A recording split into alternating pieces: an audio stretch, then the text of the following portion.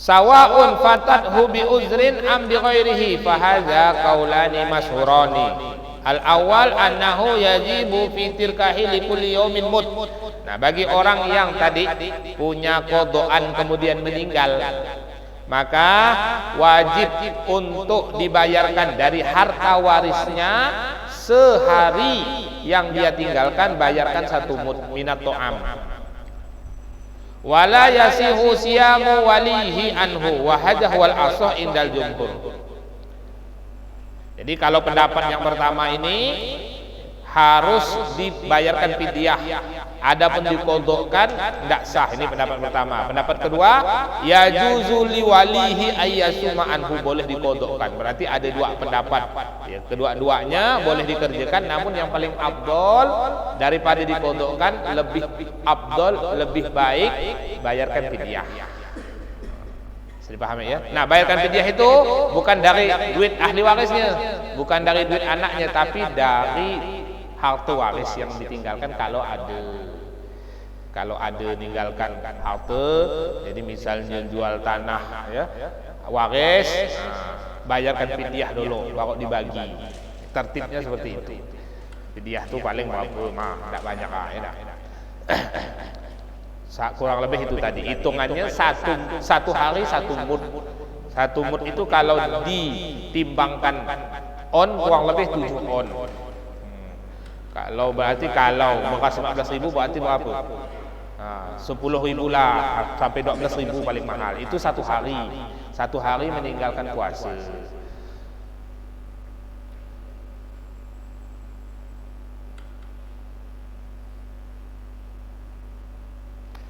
Wa yajibu muddun aidan li kulli yaumin ala man aftara fi ramadan li uzrin la yurza zawaluhu.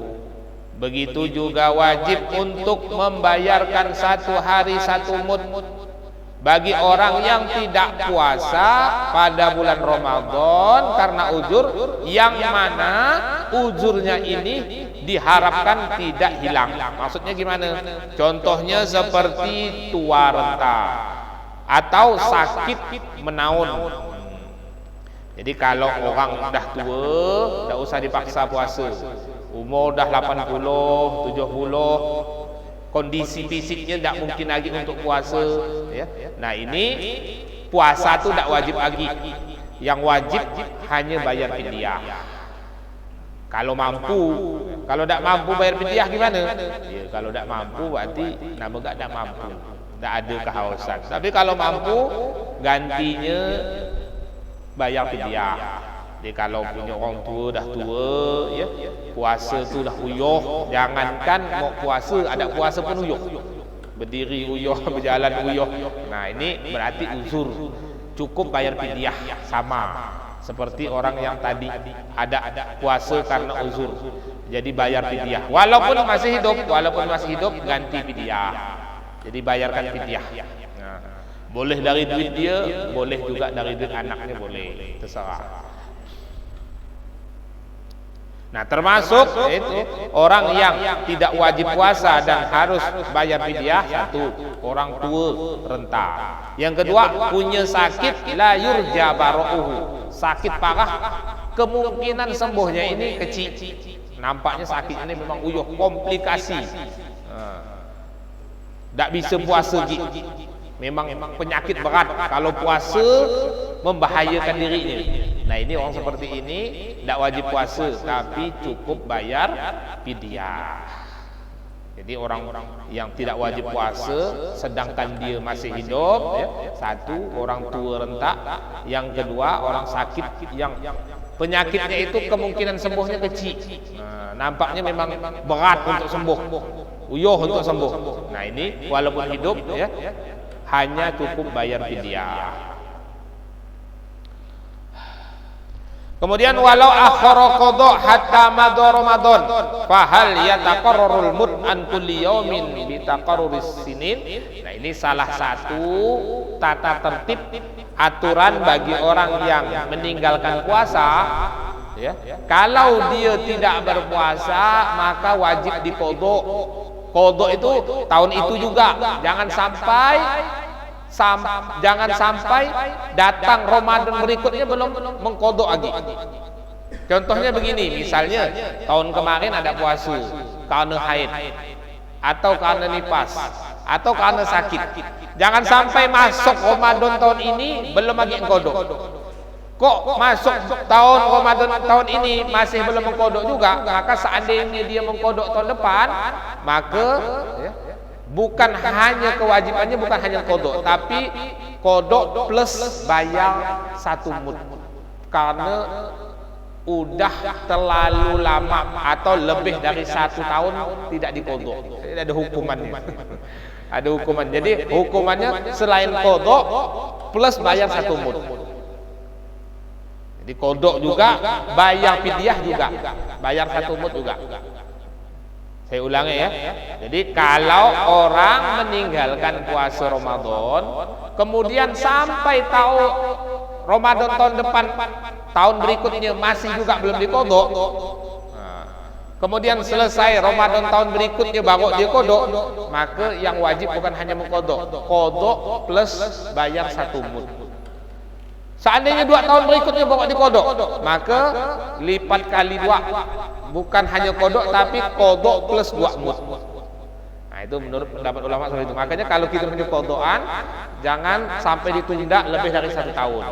Nah, kalaupun seandainya ditunda lebih dari 1 tahun, usahakan ya, bukan hanya dikodok tapi bayar 1 mud. Itu pendapat dalam mazhab kita Syafi'i. Kalau 3 tahun gimana? Bawa dikodok. Nah, berarti kodok plus bayar 3 mud 1 harinya. Kalau 2 hari berarti 2 hari kodok plus bayar 6 mud. Nah, ini pendapat yang pertama. Pendapat yang paling muktamad, pendapat yang paling kuat dalam mazhab kita Syafi'i. Pendapat yang kedua, nah ini juga boleh diamalkan walaupun udah 2-3 tahun ya. 4 tahun, 5 tahun baru dikodok, hanya cukup bayar 1 mud. Nah, jadi tinggal pilih mana pendapat yang sekiranya mampu dikerjakan. Kedua-duanya pendapat dalam mazhab kita Syafi'i. Jadi kalau punya kodokan supaya tidak kena denda, jadi usahakan sebelum datang Ramadan ya berikutnya ya sudah dikodok. Nah, contohnya seperti ini tadi, tahun kemarin udah tidak puasa karena haid 1 minggu atau karena sakit. Nah, ini sebelum datang Ramadan ini usahakan kodok. Nah, bulan walaupun tinggal 15-10 hari ya, atau 2 minggu lagi puasa, usahakan udah selesai kodokan tahun kemarin supaya tidak kena denda. Harus bayar 1 mud 1 hari itu. Itu tertibnya mengkodok kalau meninggalkan puasa Ramadan, kalau lebih dari 1 tahun.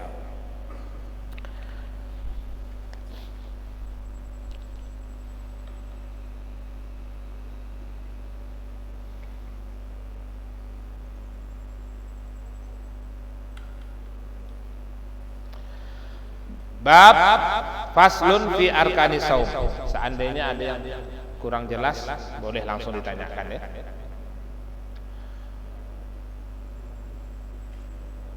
Rukun-rukun dalam puasa Ramadan. Arkanuhu salasatun. Rukun puasa ada 3. Rukun itu maksudnya perkara yang harus wajib dikerjakan ketika puasa. Supaya puasanya sah, maka 3 ini harus dikerjakan. Sebagaimana sholat ada rukunnya, sebagaimana puasa ada rukunnya, sebagaimana wudhu ada rukunnya, begitu juga puasa ada rukunnya. Jadi kalau kita wudhu, rukun kita tidak kita kerjakan, rukun wudhunya tidak kita sempurnakan, wudhu kita tidak sah.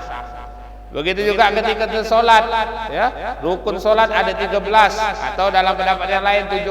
Nah 17 ini tidak kita kerjakan, maka sholat kita tidak sah. Salah satu kita tinggalkan dari 17 nih, sholat kita tidak sah. Begitu juga ketika kita puasa Ramadan ya, rukunnya ada 3 ini tidak boleh salah satunya kita tinggalkan. 3-3-nya harus kita kerjakan supaya sah puasa kita. Yang pertama niat ya. Kalau puasa harus niat, tidak niat tidak sah. Yang kedua imsak anil muftirat, menahan diri dari perkara yang membatalkan. Nanti kita masuk bab yang membatalkan puasa. Kemudian yang ketiga, wasoim, niat imsak anil muftirat. Dua masalah tulis ini. Rukun puasa dua. Yang pertama niat, yang kedua menahan diri dari perkara yang membatalkan. Apa niat itu? Innahu la yasihu saumu Ramadan wa la yuruhu minasyamil wajib awil maghdub illa biha. Fa yajibu an takuna niat bil qalbi. Puasa Ramadan tidak sah. Begitu juga puasa sunnah tidak sah kecuali kalau niat. Jadi harus niat itu wajib karena syarat sahnya puasa itu harus niat. Dan niat itu wajib di dalam hati. Wala yustaratu ma'ahu talaffuz bil lisan. Tidak disyaratkan ketika niat harus melapatkan. Jadi melapatkan itu hanya sunnah. Nawaitu sauma ghadin an adain fardhi sahri Ramadan hadhihi sanati lillahi ta'ala. Melafatkannya itu sunnah. Yang wajib itu dalam hati. Dalam hati kita niat puasa itu yang wajib. Walau tasahara litaqawwa ala saum aw syariba lidab'il atasu naharun aw imtana'a minal akli aw surbi awil jima'i khaufatul fajri lam yakun zalika niat.